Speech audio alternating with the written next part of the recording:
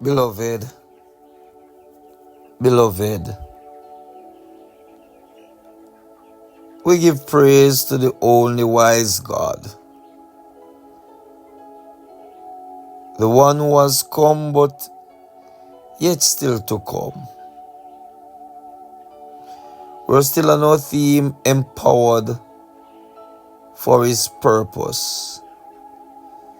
And we have looked at our first point, the promise of power. Acts chapter 1 verse 8. And we're going to look at our second point, the fulfillment of the promise. The fulfillment of the promise. Acts chapter 2 from verse 1 to 4. When the day of Pentecost came, they were all together in one place. Suddenly a sound like the blowing of a violent wind came from heaven and filled the whole house where they were sitting. They saw what seemed to be tongues of fire that separated and came to rest on each of them. And all of them were filled with the Holy Spirit and began to speak in other tongues as the Spirit enables them. That's Acts chapter 2, verse 1 to 4, as we're looking at the fulfillment of the promise. The first thing we want to observe there is when the day of Pentecost came. You see, Pentecost was a feast in Israel.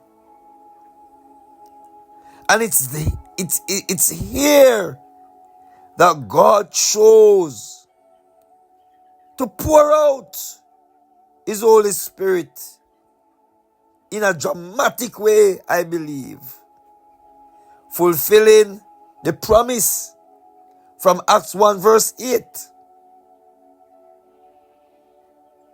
And so this event marks the birth of the early church and the moment when the promise Jesus made becomes a living reality.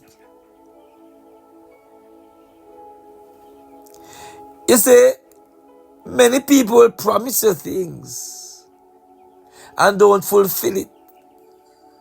But Jesus here promised power, dunamis, supernatural enablement,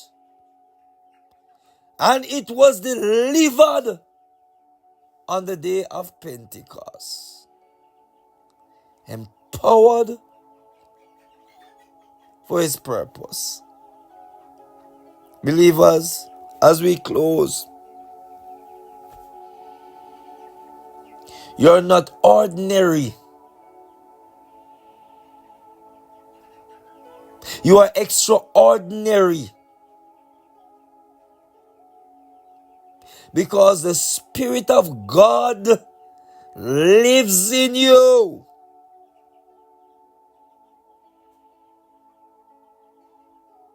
And so therefore, you have power.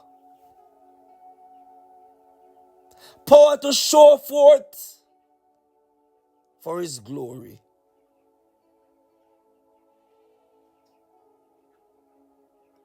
And so the church, listen, knowing the entire Bible,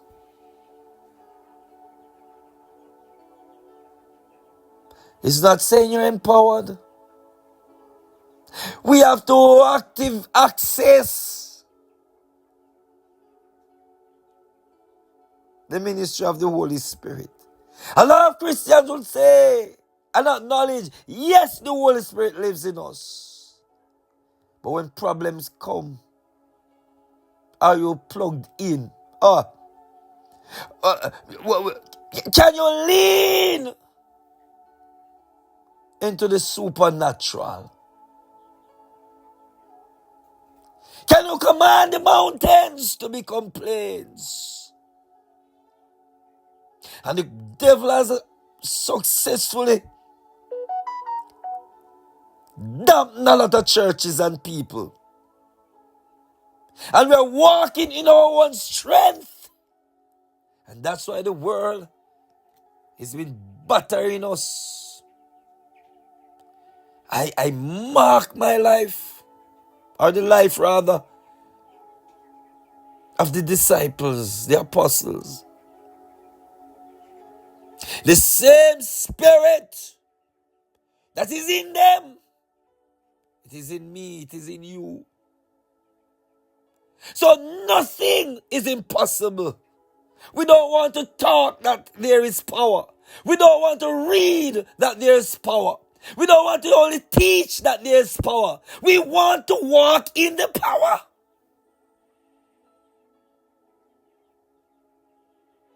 For your glory, God. Help us for your praise in Jesus' name.